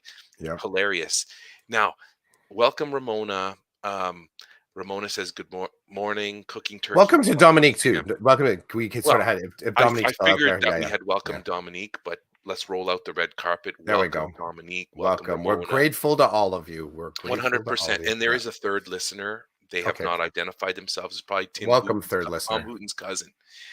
But here's the Tom thing. Hoot. This makes me I love Ramona saying that she's cooking turkey and stuffing this morning because this is the joke that lives forever. Every time Mhm. Ramona's not around, I wonder, is she baking cookies? Is she cooking turkeys? And here we are. This is the day she's actually doing the turkey. Yep, So it's true. I am elated. Thanks, Ramona. I'm elated. Do you This is where think the joke starts, right? This is where it goes. it is? This is where it perpetuates it. Who knows? I wonder if Ramona's a stovetop person or from scratch. I'm gonna predict Ramona is a from scratch just based on the little things I know about Ramona. Mhm. I'm happy if she can chime in at some point. Let us know. Ramona, is the stuffing from scratch or is it stovetop? I'm imagining it's from scratch because she spends like the whole morning cooking. I'm Mhm. imagining. Don't know. It's got me. Do I have time for another thought? Are we You how do. okay, so it's also got me thinking about the sort of ethnic interpretations of certain dishes. Don't So, bring it on. I well, can't wait to hear okay, this. so and because Ramona, I actually I'm not sure. I'm not sure. Uh Ramona's cultural ethnic background. Maybe they'll share it up. But okay. So okay, so yeah, Ramona chimes in. Stovetop, oh the horror from scratch, baby. Okay, can be. So here's can be. Well, like my experience is different. I do sort of like, oh my god, like I can do that voice too, but I also know I had a little bit of feels of I can push my authentic agenda and say I know how to make I don't get to say I know how to make a better stuffing recipe than stovetop. Because if the fam wants stovetop, then it doesn't matter if I think I have a good version of it. So I'll just say I'll make if I'm making in bulk, the two key parts of it is that does this three parts. Is it can I represent a little bit of the skill set and what I know about cooking in it? Can I do it for a reasonable price? And the third part is, will my family eat all of it? Because I can't eat my whole dish of stuffing that I make. So you want it to be gone. So however that plays out. So here's the question of ethnic interpretations of dishes. I remember one weekend going over to again one weekend spending with my grandmother, and she decided she was going to make spaghetti and meatballs, right? So and garlic bread. Okay. So I would rarely like if I went over to my grandmother's place, it would be like I would kind of go out in the backyard, and then over the back of their backyard there was this big fence and there was this big green space. So it was just like the wilds for me. I loved it. So I'd be gone. So I knew, but this was what my grandmother was going to make. Someone had said, Chris really likes spaghetti and meatballs. So um I came in for dinner, and I could smell that cooking had been going on, and some of them I was like, oh, it doesn't smell like how my mom makes it, but okay. So here was spaghetti with meatballs and salad too. So the salad was like a chopped like cabbage salad. Okay, right away, like, okay, that's not the salad I remember. The garlic bread was this dense um uh seeded rye bread that she had toasted and kind of put butter and crushed up garlic on. So it was like the most garlicky bread you've ever tasted, let alone the fact I don't think it's cumin seed. It's not cumin seed. Might be cumin, caraway. And if you've had caraway rye, there's divisions here. I love rye bread, but I don't like the caraway. Have you ever had caraway? It's a big. Have you had cumin seed before on its I own? may have, but I don't. Okay. Cumin seed, if you're sort of trying to think of what the flavor of cumin seed is, just imagine kind of like that specific spice taste in the back of chili often is the crushed up toasted cumin. It's in curries, it's in a lot of different things. Caraway though, caraway kind of takes you somewhere towards it's slightly fruity, a little bit like anisette, like black licorice tasting, and I'm you all bite over in. that. Yeah, so it's in the bread and it's a very pungent flavor. So this was caraway seeded, dark rye bread, toasted, buttered with heavy butter and like little bits of garlic on it. So I'm like, okay. And then the meatballs were she used to make these she would call them kebab. And it basically she would take meat, she would make it into a ball, uh, dip it, flour it, egg it, bread it, and fry it. And they basically look like they were sort of tennis ball sized. So there were those meatballs on the table. And then spaghetti was spaghetti. She nailed that. It was a spaghetti noodle. I'm starting to eat it though. I'm like, whoa, like this is sauce is not right. I'm like, Babcha, how'd you do the sauce? She said ketchup. So I had spaghetti covered in ketchup, these massive kebab meat balls, breaded on stick. They were like these skewer sticks, so you eat it like a meat lollipop. And then I had this coleslaw salad and a deep dark rye bread with caraway buttered with garlic. And I will tell you, I didn't like any of it. I didn't like any of it. I didn't, not a single one of those. But that was again, this is that ethnic. You're doing this is and you put this wasn't even you wouldn't even say it's Polish spaghetti and meatballs. This is just spaghetti and meatballs on a train through Poland and sort of picking up the thing, kind of getting the ingredients and making it with the stuff that's there. Um, and I always think about that. I think about that a lot, actually, on these big moments like this weekend, Thanksgiving weekend. Happy Thanksgiving weekend to you, Roland, you and your family. Um, but I think about that and the cultural interpretations of some of these meals. And there were a few, like we never had the fish. I think my grandmother tried to make fish and chips once, and those were like it was roasted potatoes, some piece of fish that was covered in breadcrumb and baked in the oven. I think she tried to fry it in butter a little bit. Um, I think we asked one time she wanted to make like a stuffed, it wasn't a stuffed pasta. It was something like she wanted to make something like that. And she's like, well, why would I do that? Those are pierogies. So then there was the pushback. Why would I make a thing that we already have a thing? You just eat the pierogies, we're fine. Why do I have to stress out to make something different, right? Um, yeah, the interpretation, and it's not even interpretation. It because the thing is that was spaghetti and meatballs for her. And she ate it too.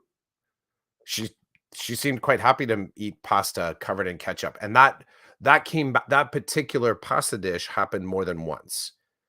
So it wasn't just made for me because I didn't ask for it ever again. Um, yeah, the epic and ethnic interpretations of some dishes. My mom used to make what at the time I would describe as tortellini Yeah. with meat in it. My mom used to make this from scratch, and it wasn't tortellini. It was basically dough with a meat concoction with all kinds of like Middle Eastern spices in it, stuffed into these things, and it would take her like 2 days to make it, and then it was gone instantly at dinner time, and then she would always get mad. It actually made us laugh as we got older because she would spend a couple of days making all these little doughy Mhm. balls of Mhm. meat and dough, and then she'd bake it, and then it was awesome, bro. We'd put it in our bowls, and we put some uh, white yogurt on it, and then all these spices on top and on a Mm. red sauce, and it was like I can taste it. It was Yeah, yeah. hot, spicy hot, and the yogurt would cool it, like, it was just perfect. And I we like would it. we would, like when we were teenagers, it was like, "Get out of the way. Do not stand between us and That the dish. stove top," right? And then my mom would always be mad after, "Oh my god, I spent 2 days, it's all gone." Finally, we were like, "What did you expect was gonna happen to a food that we actually like, that you make?" And we all just kinda sit there and stare at her, and it was one of those moments where we're like, "Yeah, we're gonna get hit. She's gonna go grab the spoon and smack us, but what did you think was gonna happen, mom? Like, it's our Mhm. favorite dish. I'm sorry that it takes you 2 days to make it, but it brings us joy. Like, we actually enjoy this food." Um, so you got me thinking about that. My mom would make spaghetti too. I love my mom's spaghetti, the way she made it. Totally not an Italian person would die. A real, like, a classic, like, Italian spaghetti person would just die, but it tasted great. Even my wife likes it, and I don't know how much of the food my mom makes Sarah likes. So Ramona says double Dutch, but we've adopted Thanksgiving since arriving in Canada. Mhm. Awesome. And then Dominique said that she's prepping apple crisp and brownie pudding as she listens. Mhm. This is this is what I come here for. This This is is what what I'm I come to here. Decoded Podcast for. Well, we're connecting dots, warming hearts. We're likable. We bring up the topics that are on everybody's mind. We're likable. We're topical. We're like a good acne cream. And happy Thanksgiving to you, Christopher, and your family and all our listeners. Happy, and for our friends in the United States, it's our Canadian Thanksgiving It weekend. is. We The have we have good. Monday off. We don't have to go to work on Monday. Um, We've adopted in our family. Thanksgiving kind of gets PVR'd in some ways. So it depends on, so back in the day when, I guess way back before, um you know we had kids, and uh Karen's brother, who now he lives in the States, but we would get together with Karen's parents, and we for a spell were, yeah, it was Greeksgiving for a little while. and then it was, I think for a short span, we did, Szechuan's giving. Like, there were restaurants that we would kind of arrive at, and we just for a couple years would that's where we would go. We would go and we would eat at a restaurant. Greeks giving was we were there quite a bit at. We may have even done one McDonald's giving as well. Like, we would just kind of eat because of the schedules and trying to meet, and no one wanted to cook or clean up. Um, but we're back to it this year, which is kind of interesting. The way that it's working out tomorrow is that we're going to a restaurant in town called the Crow's Foot. So this year it's Happy Crow's Giving. And then on Monday I'll do some of the different bits for us. We'll do a I guess a more classic turkey and stuffing kind of a meal. So pumpkin pie, pumpkin pie. So we have a kind of a messed up Thanksgiving this year. And Mhm. based on our conversation this morning, I am now planning to create some type of Thanksgiving weekend breakfast for my family tomorrow because Ethnic or epic?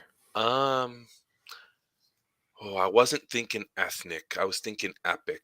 Okay. You're good at that. You often when you tweet to me, say that you're dropping in with the whipped cream and the waffles and the chopped fruit and maybe some you never actually mentioned any meat with that. So I don't know if it's sort of a sausage, bacon. I think you're bacon. I think your fam's bacon. I'm gonna make a guess. Yeah? Bacon? I think bacon is our Is that that's the one? that's the Yeah. preferred meat, I would say, but like we don't make a lot of it. Yeah, yeah, yeah. I don't hear you It's easier to talk. throw sausages into some kind It's of true. concoction in the oven than it is bacon, but Yeah. So I like it when you sort of drop in and you say you got into breakfast in the morning because it's always stuff I'm like, yeah, that's good. That's epic. so I'm thinking I want to do like a baked um maybe like a baked French toast type of thing. I'm thinking Hmm. So you're um doing it again. See, you're this would normally be a text to me or a polo. You're like, this morning I just kind of threw together but insert something.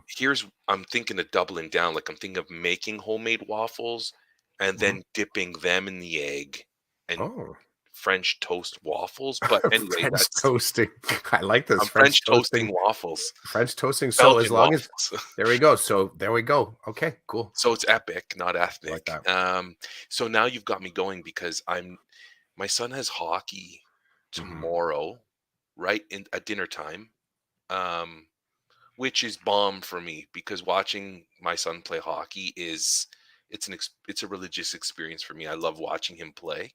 I love being part of that experience with him for him.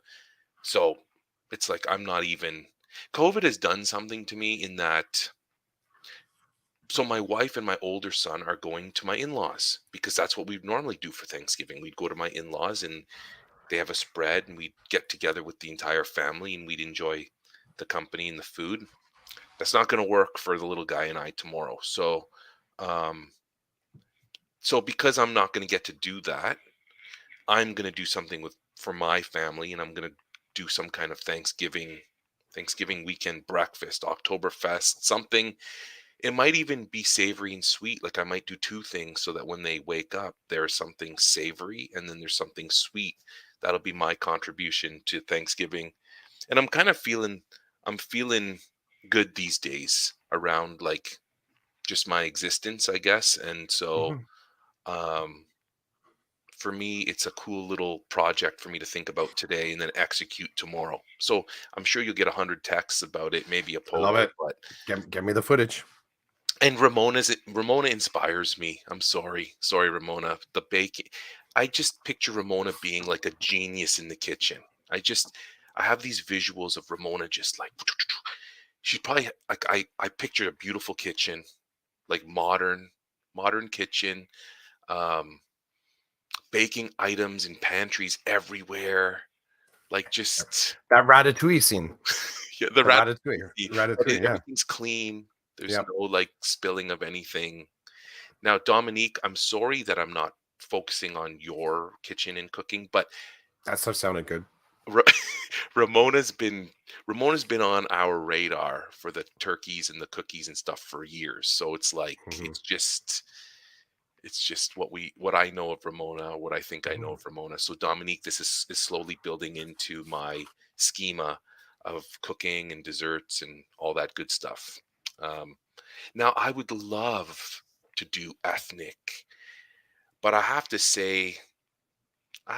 think I need to do some real digging with a therapist about why I kind of put the ethnic stuff aside. I told you before we started that I'm in a space right now where I feel like I want to go off. I want to explode about issues of inclusion, diversity, and equity.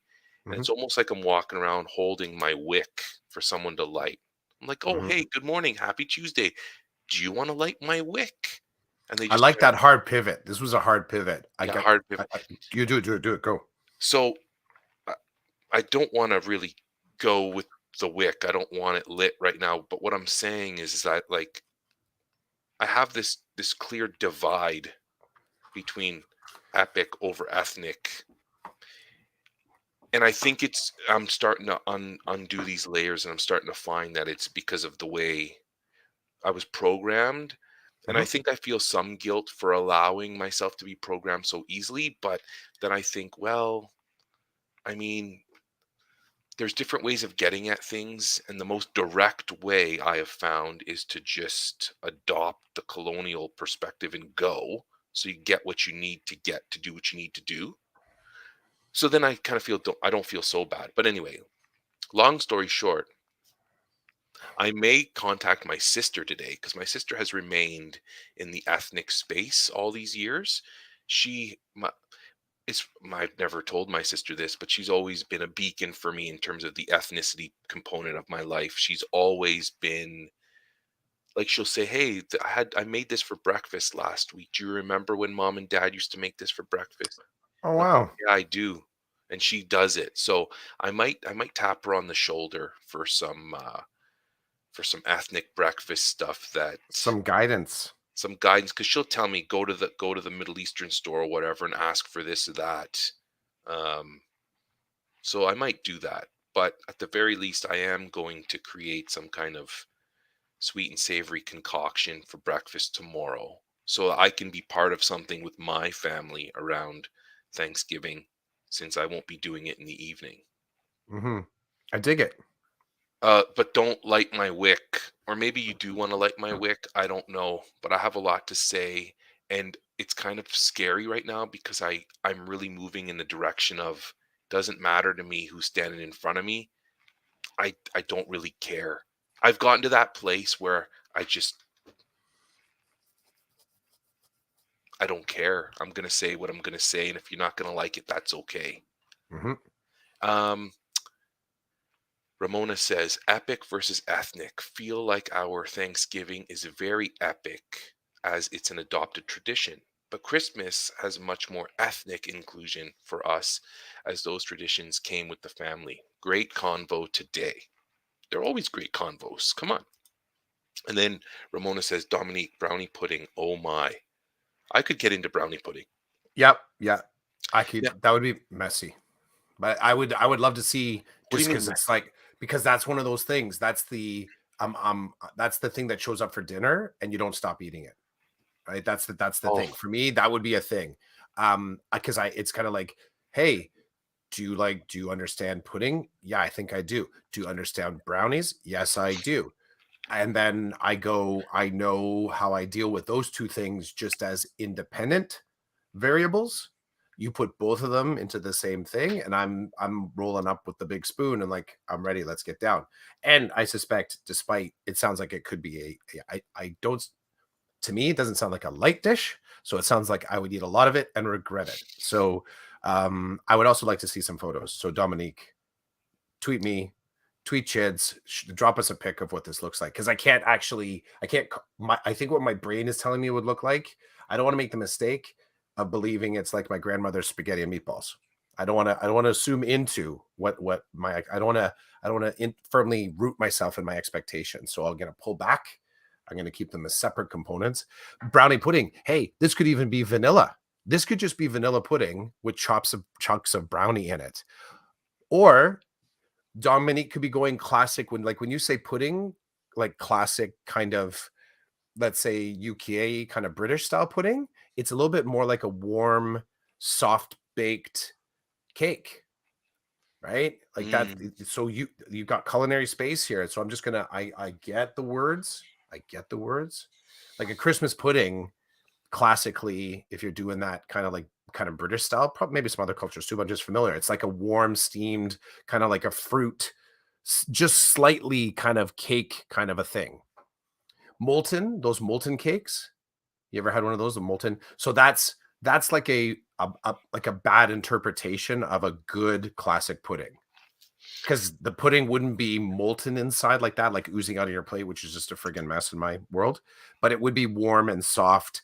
And see, I did it. It's gonna be delicious. But I want to see this. I want to see a shot of it. Okay, so a couple of things. Do it.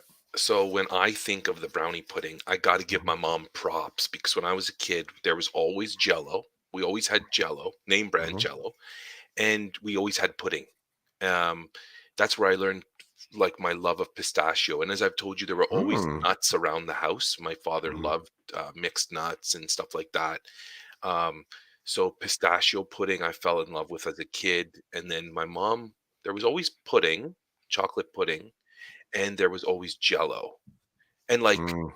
right, so epic. So I got to give my mom props for that. But so originally for me, when I read um, the brownie pudding, I just imagined chocolate pudding with the taste of brownie predominantly. But now I'm really going hard with like, I just imagine a dish with like, are there actual like a brownie base and then the pudding is on top. And so when you go in and scoop it out, you get a whack of pudding and some cakey brownie at the bottom. Or you're right, it could be the mind trick where they call it brownie pudding, but it's really vanilla pudding with brownie chunks in it. Like and I liked where you went with the UK style pudding. I like that. So we'll have to see. But okay, so Dominique said must add whipped cream or vanilla ice cream. Yep. I would Yes, expect. yeah. Yeah, I'd be walking away from the table. Um, Decoded podcast recipe exchange. yeah, Mm. Ramona says decoded podcast recipe exchange. It's a question. Intrigued by brownie pudding. Dominique's Okay. gonna tweet it out. Look at us. Right? And Right? Ramona says, yes, TY, thank you. I feel like caramel topping might work with that pudding. Mhm. Yeah, we're going in different directions, right? Poor Dominique is like these guys, these people are bastardizing my pudding, but Yeah, yeah. we don't know Dominique. You dropped it on us with no detail, and so the imagination picks things up, right?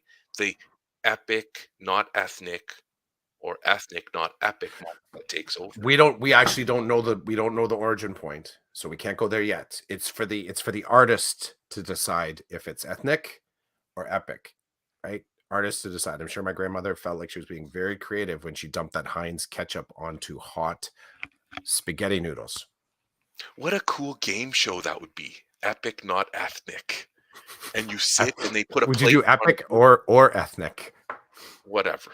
Yeah, yeah, But they yeah. put a plate in front of you and they blindfold you and you taste it and they're like epic or ethnic Yeah, yeah. or both or It's- Dude, you could totally host that. Yes, Ramona, caramel topping and crushed pecan. Okay, is it pecan or pecans? So this is I'm testing Dominique here. Is it the pecan or pecan? I say pecan. What do you say? Oh, me? Are you a pecan guy? I'm a pecan. Oh, I'm a Um, pecan. Part of it is I think that's the influence. So Karen's side of the family is from the Oh, Carolinas. Yeah. So pecan. That Pico P-I-C. Oh, pecan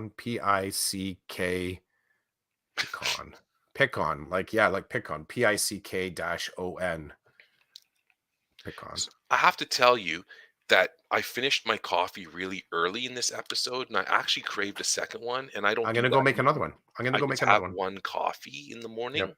Um, but today was I felt like not that I needed to wake up with the coffee. I just felt like it felt so good to enjoy this coffee as we chatted today. I wish I had another one, but I did Coffee in a cast. have Coffee in a coffee cast. in a cast. Um, you like that I tweeted about donuts this morning? I did, but I was and then that was like I was having the leftover chicken on the rocks, not a donut. Oh, that's right. 'Cause yeah, we had Lizzie's last night, so that was Okay, delish. I wanna drop one more thing. It's You a close us up. okay, You close up. gratitude appreciation story, okay? 'Kay. Um, which mixes in a little bit of my work as a re-engagement teacher, which is just makes me happy. So, um, today is Saturday. So this happened on Thursday. So on yeah, Thursday. So on Thursday, I got a text from one of the principals that I work with saying, "Hey, so and so's not at school. His mom thinks he's at school, but he's not. Mhm. Go, like, can you drive around and look for him before we call the cops?" I'm like, "Sure." So I get in my car and I start touring, and I don't find him, but I pull over in front of his residence and I get out of the car and I'm kind of just standing outside my car and I look down at my tire. I have brand new tires on my car. There's a friggin' screw in my tire. Go. Yeah, bro. God. So I'm like, okay, well, this isn't good because my car's my office. So Mhm. I have to think quick. I have to think quick. My first instinct was to pull the screw out because it didn't look like it was. So it was in, but it had been bent over, so it was flush with the tread. So as I've been driving on it, and I'm not. I don't get a signal that I'm running out of air. My tire looks good. Everything appears fine. So I'm like, oh, okay. There's a shop just down the road that I've gone to before for a screw in my tire, and they helped me out quickly. So I get in the car. Okay, so I text the principal. I'm like, no joy. I did not find the kid. I gotta go now. Okay, so I drive down the street. I pull into this garage, this mechanic shop, and I'm like, hey, this is my situation. Happened to me last year. Oh my god, it happened to me last year around the same time. Happened to me last year around the same time I came here. You guys helped me like minutes. You guys brought it in, you pulled it out. It didn't it was fixed. You charged me, I paid, I was on my way. Can you help me today? The guy's like, "Yeah." I'm like, "No, like, can you help me now? Like, can you?" I told him, "I'm that guy. I need you to bring the car into the bay, get someone to look at it, pull it out. If it's leaking air, plug it. I'll pay you and I'll go." He's like, "Yeah, yeah, no sweat." So they take my car in right away. The guy, the mechanic technician comes out to see me. He's got the screw. No word of a lie. It was a long screw, but he said the way it went in is it went into the side, so it went in and into more rubber, not into the actual tire. So he pulled it out and he goes, "Okay." He goes, "Was there any indication that's why you came in?" I said, "No, just by the sheer luck of the universe, I looked down and I saw it there. I, I didn't lose any air that I know of or whatever." He goes, "Okay, well, we tested it and it's not leaking any air. So you're good to go." And I'm like, "Okay, well, what do I owe you?" He's like, "Nothing." I said, "What?" He goes, "No problem. The car's just waiting outside the bay. You can get in and go." I'm like, "Okay, thanks, guys. Like, I appreciate it." I get in, I go. Yesterday morning, between schools, I stopped at Timmy's. I grabbed a whack load of donuts. I went down to the shop on my way to my school. I go in there. They're staring at me. I'm like, "Bro, these are for you guys." And you got these like they're just looking at each other like what. I'm like, "You remember me from yesterday, right?" He's like, "Yeah, yeah, we remember you. If everything okay, everything's fine. Thanks for just doing a good thing." And I can afford to pay for the tire repair, but you guys were just like, you looked like you were ready to rock and roll. You weren't good. You were like in and out. You had to go. I'm like, "So I'm going to sugar you guys up for the day. Have a great Thanksgiving and keep being awesome to people, which whatever, however that looks. It doesn't mean you got to give them free service, but just be good." Like I came in a little not stressed, but like annoyed and like I'm in the middle of a work day, but hey, if I don't get this fixed, I'm not working. So like it's one of those things, right? If I'm in the middle of the road with a flat tire, I'm not going to any schools. I got to fix my tire. So they were just like it was just weird. They were looking at me like, "For us?" I'm like, "Yeah, sorry, it's not a lot." They're like, "Not a lot? We have, like, 6 guys in the shop, and you bought, like, 30 donuts kinda thing. That's, more than enough." So, I just wanted to drop that as a Thanksgiving, not a Yep. Roland did something nice. Somebody else did something nice for me, and I just wanted to show my appreciation because they wouldn't take my money. So, take my donuts. So, donuts were on the mind. So, happy Thanksgiving, bro. You too, buddy. That was excellent. That was excellent. What did you draw today? See if you can make any of it out. Um, oh, I just see colors. I I don't know what it says. It might be clear when I post it up. So you're not gonna tell me? It's a bunch of logos. I got Kmart in there. I got Byway. Let's do this a little bit different. Let's get a little bit of light up on that I action. miss Kmart. So there's Kmart, a little bit of the consumer distributing, Oh, consumer Byway, dripping. Sears, Zellers, Bargain Heralds. It's the off-brand lifestyle, baby. Man, Off, I miss Off-brand consumers lifestyle. distributing. What Well, an that was the epic, bomb, right? epic idea to send out the best marketing calendar in the world, Yep. okay? And then That was you the place walk for in. toys, right? Like Yeah, you wanted to see that catalog for the toys. but even better, the suspense. You go I don't know what it looked like for you guys, but for us, it was just a storefront. Yeah, Like, yeah, it was a foyer, yeah, with nothing in there other than people standing waiting to go into the back to see if the magic was gonna happen. They did have some stuff. They had some of the showcase stuff on the shelf in front of you, but it was like yeah, it was like everything it was like party in the front, Costco in the back. yes, and I remember going with my father, and you fill out the little paper, and you give it to The them, little and card, then they that's go to right. the back, and then You had to look in the catalog and actually get yes, the item number. That was and it's awesome. magic because you're Yeah, like, "Do they have it in stock? Do they you're not? waiting, What's it gonna anticipation. look like in the box when it comes out?" Like, That's right. this was a marketing people's genius, consumers distributing, but anyway. Yeah, And beautiful picture, and Ramona gets the last word, I guess. She says, "Dominique, you're speaking my love language. Pecans or pecans? Awesome. pecan, Pecan. I don't know. Okay, bro, have a good one, and You we'll too, see what bro. happens. Have a fantastic day. Enjoy your family. I am grateful for you and your friendship, your camaraderie. I dig it. Back at you. Ramona's not done yet. Happy Thanksgiving. Happy Thanksgiving. All the best to you and the fam, Ramona. All the best to you and the fam, Dominique. Yes, Fantastic everybody weekend. have a great one. This was season 6, episode 6, number 214. We're out. Peace.